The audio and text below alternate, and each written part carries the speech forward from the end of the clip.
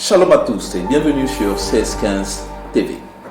Vous êtes à votre émission, c'est une toute nouvelle émission, La vie en Christ. Cette émission est coproduite par le ministère Génération pour Christ. Aujourd'hui, nous avons un invité, l'invité qui n'est autre que le leader de ce ministère, en la personne du prophète Bamba Alain. Shalom, prophète. Shalom. Nous sommes très heureux de vous recevoir sur ce plateau de 1615 TV à l'émission La vie en Christ. Moi aussi, je suis bien heureux d'être en votre présence.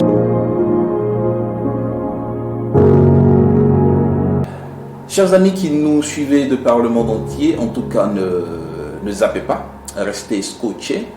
Le thème que nous allons voir aujourd'hui en compagnie du prophète Bamba Alain n'est autre que la volonté de Dieu. Plusieurs personnes se demandent en fait qu'est-ce que c'est la volonté de Dieu, c'est quoi la volonté de Dieu, comment connaître la volonté de Dieu, qu'est-ce qu'on doit entendre par volonté de Dieu, est-ce que c'est une obligation sine qua non de la connaître et même de la mettre en application. Donc avec vous, aujourd'hui, en 30 minutes environ, nous allons essayer de débattre de ce thème. Oui. Il y a des questions que nous allons vous poser et nous croyons que tous ceux qui nous suivent de par le monde entier à l'issue de cette série d'émissions seront éclairés sur ce qu'est la volonté de Dieu. Voilà. Donc, homme de Dieu, comment définissez-vous la volonté de Dieu? Je vous remercie de m'avoir reçu dans l'émission La vie en Christ pour parler de la volonté de Dieu. Il faut dire qu'il y a eu déjà une première fois où j'ai parlé de la volonté de Dieu, le cas du mariage. Mais cette fois-ci, je crois que c'est de manière empirique, c'est-à-dire pour les profanes, pour tout le monde, il faut qu'on sache la volonté de Dieu. Mais donc, on va aller dans 3 définitions. Ok.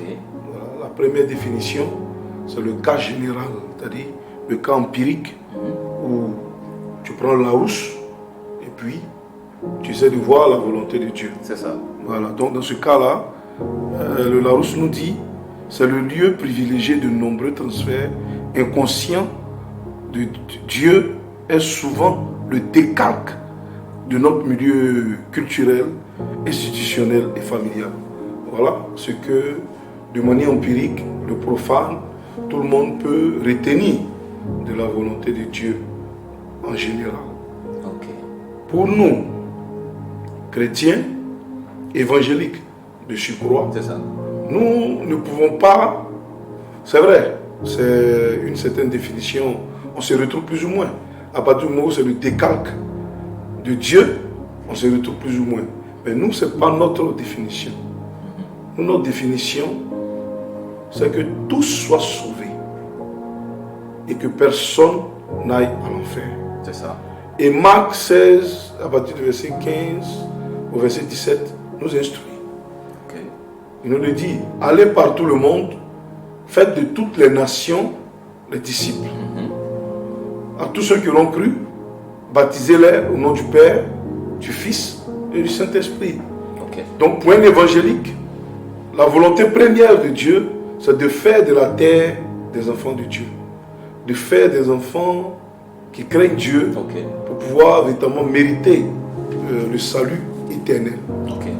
Maintenant, pour l'étudiant à l'école pastorale que j'ai été, j'ai eu quand même affaire à soutenir une thèse. Ma pensée, c'est que la volonté de Dieu est un ensemble de codes que Dieu nous donne pour avoir un passage terrestre réussi. Donc voilà les 3 manières de voir la volonté de Dieu. Parce que après avoir étudié la Bible, après avoir écouté nos professeurs, j'ai déduit que c'est des codes que Dieu a mis en place afin que quiconque écoute, suit, puisse réussir sa vie terrestre. Car nous sommes, ne l'oublions pas, pèlerins, comme le disait David. Nous sommes de passage sur cette terre. Donc par conséquent, c'est un ensemble de codes que Dieu a mis pour que l'homme soit heureux sur la terre. Dieu a créé le ciel, la terre, les montagnes, tout pour mettre l'homme à l'aise, pour que l'homme soit heureux. Mais il a laissé des codes. Et c'est ces codes-là qui sont la volonté de Dieu. D'accord, homme de Dieu, c'est déjà bien compris. Mais vous parlez de code. Quand vous parlez de code, ça rend encore l'explication un peu plus difficile à comprendre à nos auditeurs, à nos téléspectateurs. Quand vous parlez de code, c'est qu'il y a la nécessité de décoder quelque chose. Oui, justement, Voilà, vous avez raison. Ouais. Quand j'ai dit, je l'ai dit, j'ai donné la définition empirique. C'est ça. J'ai donné la définition évangélique et j'ai donné la définition de l'élève que j'ai été. D'accord. Donc, dans le cadre de l'enseignement que mes professeurs, le pasteur Seri nous a apporté, Seri Victor, je pense que cette volonté de Dieu, qui est un ensemble de codes, veut dire que nous ne pouvons pas déchiffrer la Bible littéralement. Voilà. Il faut une explication à chaque verset. Et chaque verset que vous voyez est adaptable à une situation bien donnée. Et si vous n'avez pas l'explication exacte, vous n'avez pas le code et vous ne comprenez pas et votre vie tourne en rond. Ok, je comprends mieux. Donc éventuellement, quel sens le citoyen lambda peut donner à l'obéissance à la volonté de Dieu? Est-ce qu'il y a un sens particulier? Le citoyen lambda, celui qui n'a pas encore accepté Jésus, comme nous l'appelons, on les appelle souvent les païens, ne peut pas comprendre que sans Dieu, il ne peut pas réussir. Car la vraie réussite, en fait, ce n'est pas le fait d'avoir l'argent, mais c'est le fait d'avoir la paix du cœur avec ton argent. Beaucoup ont l'argent sans la paix du cœur. Donc, décoder la Bible fait partie de l'obéissance à la parole de Dieu, qui sont les codes. Donc, quand nous obéissons, nous sommes en train d'ouvrir ces codes-là. Voilà. Ok, je vois, je comprends. On va peut-être essayer de ramener ce thème-là à votre personne, parce que vous avez certainement eu un passé, vous avez traversé des moments aussi dans votre marche de serviteur de Dieu. Est-ce que vous avez rencontré des difficultés dans votre quête, la volonté de Dieu? Bien sûr. Il faut dire que, comme je le disais tantôt, quand vous acceptez le Seigneur n'appelle pas tout le monde. Le Seigneur cible des personnes sur qui il met la main pour des objectifs bien précis. Et le Seigneur identifie des qualités dont il a besoin pour un service bien donné. Ces derniers temps, j'ai fait la découverte sur le net d'un serviteur de Dieu qui fut braqueur et qui véritablement a eu le courage de dire les noms même de ceux qu'il a braqués. Et qui l'ont pardonné, qui le lui ont pardonné, puisqu'il est devenu serviteur de Dieu.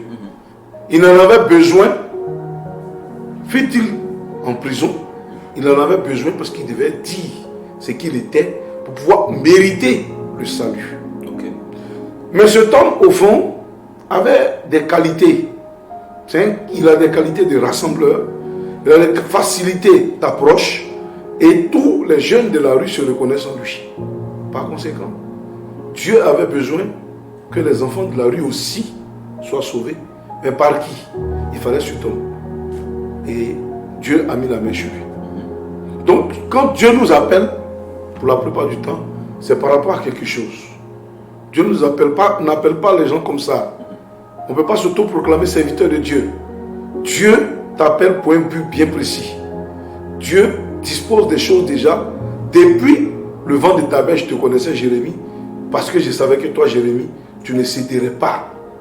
Quels que soient les Amalécites, quels que soient les bataillons qui viendraient, tu n'allais jamais céder. Même quand vous avez été déporté, tu es resté ferme.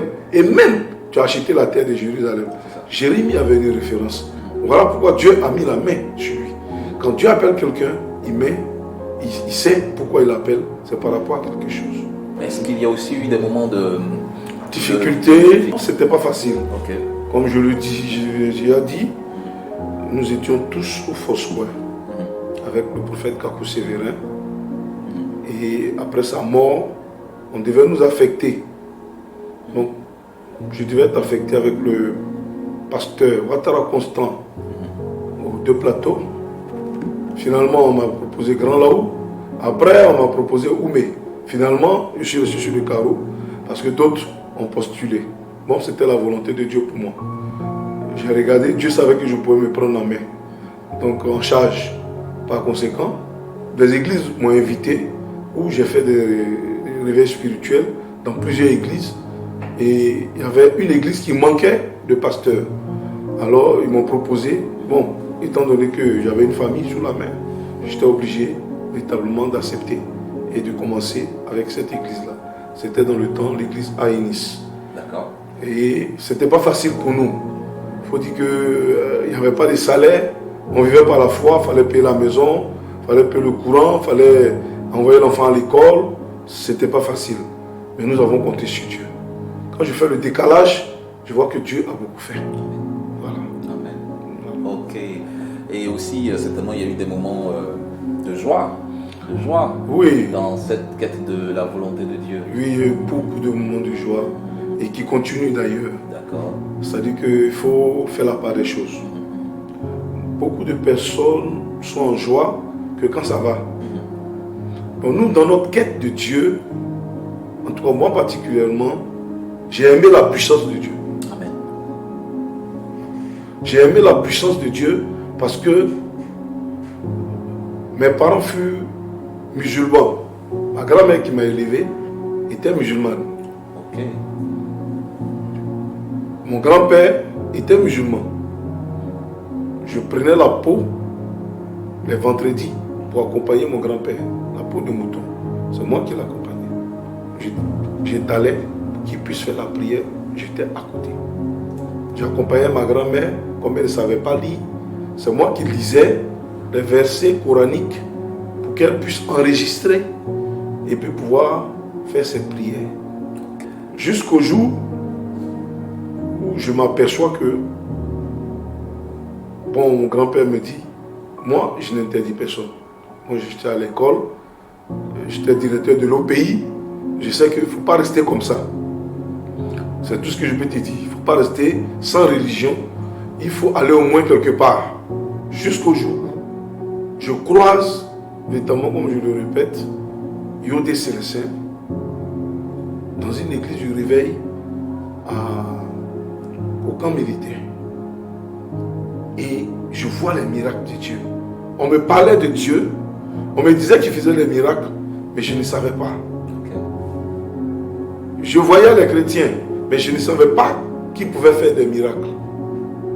Et Yodé Célestin, ce jour-là, vraiment m'a épaté. Je vais dire, l'Esprit de Dieu qui était sur lui, en ce jour, a travaillé. À telle enseigne qu'une dame qui, je fréquentais quand même l'église, ça faisait 3-4 mois, qui était aveugle, puis que nous-mêmes on l'attrapait la main pour l'aider à monter les escaliers. Vous voyez, à l'église du réveil, c'est des escaliers. Okay. Ce jour-là, la dame a lu la Bible sous le ministère de Yodé Célestin. J'ai vu des gens dans la salle qui étaient malades, qui furent guéris. Amen. Mes amis païens me disaient, c'est des magiciens, fais attention. Mais je sais que ce n'est pas la magie que cet homme a fait. Il est venu simplement. Il avait porté une chemise, un pagne, chemise en pagne, pantalon, souliers. Il a parlé, il parlait sur moi et puis les gens tombaient, il parlait, les gens guérissaient. Où est la magie qu'il a fait? Donc, je continue mon périple et je tombe sur mes amis qui me disent, ça c'est rien. Il y a un certain Kakou Sévérin, il a encore redoutable. Je dis, ah bon? Parce que moi j'étais en quête de la puissance de Dieu. Il faut que je le dise. Donc ma joie était déjà parfaite quand Dieu se manifestait. Chaque fois que je voyais Dieu se manifester, déjà ma joie était parfaite. Okay. Parce que c'est ce que je recherchais au fond. Et j'arrive à une veillée. On était chez Yaoupol, l'apôtre Yaoupol à Nyongo ici. Voilà Kakou Sévérin qui apparaît, qui commence son ministère. Mais je ne vous dis pas, j'ai été épaté. Encore, il est venu devant moi et il m'a dit, toi tu recherches quoi? Tu veux la puissance de Dieu? Au bout, je suis tombé. Ok. Okay. C'est que c'est bon. Parce qu'il a dit ce qui était dans mon cœur. C'est ça. Voilà. J'ai cherché son église, je l'ai suivi. C'est ça. Donc du coup, je me suis retrouvé au Foursquare. Ça a déclenché en moi cette envie de puissance encore. Ok. Donc déjà, il y avait la joie. Je ne demandais pas l'argent. Je ne demandais pas la longue vie. Je ne demandais pas le mariage. Je demandais simplement la puissance de Dieu. Donc, je me suis approché de lui. Comment tu as fait, Dieu? Il m'a dit, non, commando, il faut aller faire un jeûne et puis tu reviens, je vais prier pour toi. Ok. Donc, je vais, je fais 21 jours. Je reviens, mais il dit, ça ne suffit pas. Il faut faire encore. Wow. J'attends un mois, je retourne encore pour 15 jours. J'attends un mois, je retourne encore pour 15 jours. J'attends un mois, je retourne encore pour 15 jours. Je viens, mais ce n'est pas encore ça. Donc, il y a mon père spirituel, celui que j'appelle mon père spirituel, Babo Séraphin, qui me dit, viens, c'est pas lui qui va prier pour toi pour que Dieu commence. Viens, ça va comment ça va se passer. Donc, on va pour 30 jours. Et puis, après les 30 jours, ça déclenche. Pendant les 30 jours, ça a déclenché. L'onction est descendue. On ne se voyait plus. Tous ceux qui étaient dans la salle, on ne se voyait plus. J'ai tenté de faire la louange. Dieu a déclenché une onction de sorte que l'huile qu'on vend au marché pouvait être palpable sur nous. Wow. Voilà. On pouvait toucher l'huile à partir de notre tête jusqu'à notre poitrine qui était enflée et on touchait l'huile. C'était le 9e jour. Nous ne mangions pas. Nous étions à eau. Et l'huile était palpable. Mon père spirituel est tombé sous l'onction. L'autre, qui était mon frère en Christ, Mangwa, est tombé sous l'onction. Le pasteur Eba Afouka Raymond, que vous connaissez, est tombé sous l'onction. Et Dieu, véritablement, venait de me remplir d'une onction dimensionnelle que je voulais. Amen. Celle que je voulais était là. Ok. Donc, il y avait déjà la joie en moi Ok. à cause de la puissance de Dieu C'est ça. que j'ai reçue. C'est ça. Voilà. Mais Premier volet. pourquoi particulièrement vous recherchez la puissance? Qu'est-ce qui vous intéressait dans la puissance de Dieu? Ce qui m'intéressait dans la puissance de Dieu, c'est que l'islam enseigne déjà. L'islam donne déjà des enseignements. Qu'est-ce qui pouvait me stimuler? Qu'est-ce qui pouvait me faire la différence entre le véritable, le lion de la tribu de Juda et l'enseignement terrestre? Il fallait quelque chose de fabuleux, Oui, c'est ça. d'extraordinaire pour m'amener à croire. Donc, dans le ministère moi-même, j'ai vu des grosses plaies guéries, j'ai vu des aveugles voir, j'ai prié pour eux, Dieu a travaillé, ils ont vu, j'ai vu des paralytiques marcher, j'ai vu des morts se réveiller, j'ai vu tout. Aujourd'hui, ma joie est grande parce que Dieu m'a donné ce dont je voulais, la puissance de Dieu pour le ministère. À travers l'histoire que nous avons là écoutée du prophète Alain Bamba, qui nous a un peu raconté un peu son passé, c'était des moments de joie, dans la quête de la volonté de Dieu. Il recherchait la puissance pour le ministère. Voilà. Et Dieu l'a conduit aussi vers des hommes de puissance. Bien sûr. Voilà, parlant du prophète. Célestin, Yodé, Cabo Sévérin et mon père spirituel Babo Séraphin. Voilà, donc le Seigneur a exaucé sa prière, donc il a rencontré ces personnes-là. Et aujourd'hui, vous exercez également un ministère de puissance. Voilà, c'est comme ça. Ok, d'accord. Donc on va peut-être essayer de parler d'autres choses, toujours dans la volonté de Dieu. Bien sûr. On va peut-être parler du mariage. Oui. Du mariage. Vous êtes marié. Bien sûr. Vous avez des enfants. Père de 3 enfants. Ok, d'accord. Voilà. Donc, comment est-ce qu'on peut définir la volonté de Dieu dans le cadre du mariage, par exemple? Pour moi ou bien en général? En général. En général. Oui. Donc, je reviens sur la prédication. Oui. Je vois Abraham qui se sait vieux. Abraham sait que ses jours sont comptés. C'est ça. Et il n'a pas de descendants en tant que tel. La volonté permissible de Dieu se manifeste et touche Sarah, qui accepte que sa servante fasse un enfant afin que la généalogie de son mari ne s'arrête pas. C'est une volonté de Dieu, mais elle est permissible. Elle n'est pas la volonté parfaite, elle n'est pas la volonté souveraine, elle n'est pas la volonté absolue, comme certaines personnes le disent.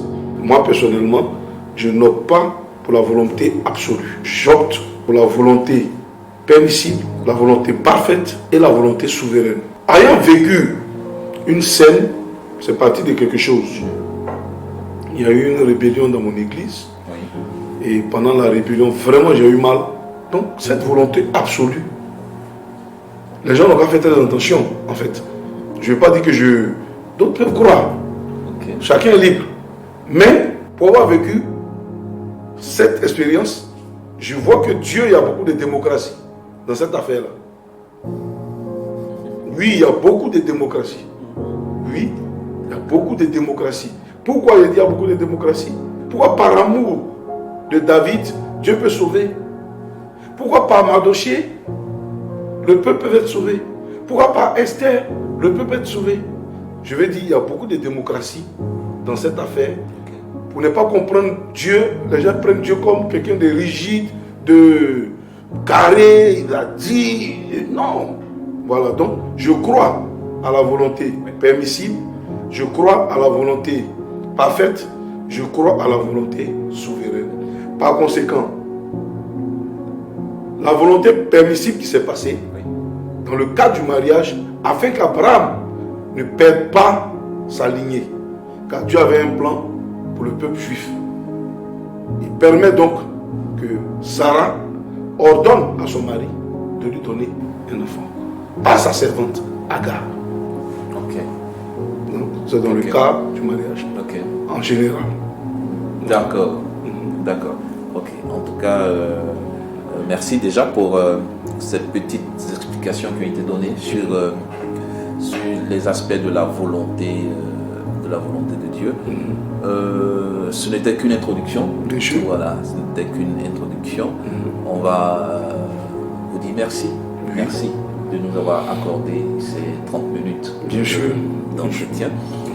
Chers amis qui nous suivez de par le monde entier, ce n'est que la toute première émission, ce n'est qu'une introduction. Le prophète va déballer, l'homme de Dieu va déballer le contenu dans les détails, dans les prochaines émissions que nous allons avoir avec lui. Donc, merci de nous avoir accordé de votre temps. Je vous remercie. Okay. Nous disons merci également à vous tous. Restez scotchés sur 1615 TV et nous vous retrouverons la semaine prochaine avec la suite de ce thème qu'est la volonté de Dieu avec le prophète Alain Bamba.